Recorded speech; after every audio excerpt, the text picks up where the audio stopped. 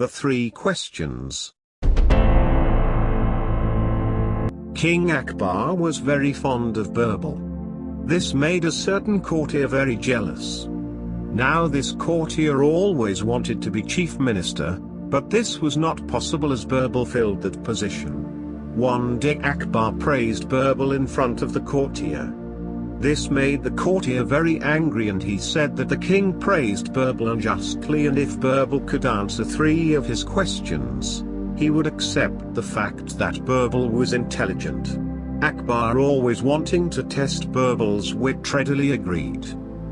The 3 questions were: 1. How many stars are there in the sky?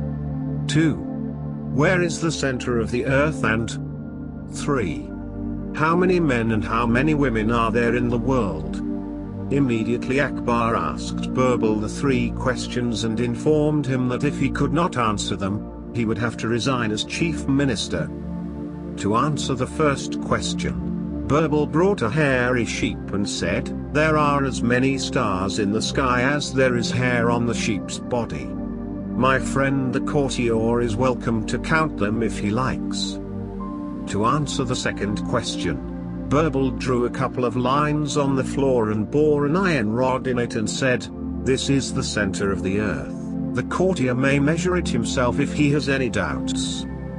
In answer to the third question, Birbal said, counting the exact number of men and women in the world would be a problem, as there are some specimens like our courtier friend here who cannot easily be classified as either. Therefore, if all people like him are killed, then and only then can one count the exact number. Moral: there is always a way, dear listener. Please subscribe our YouTube channel to increase your English listening power through stories. Do not forget to share your opinions with us in the comments. Thanks for the listening.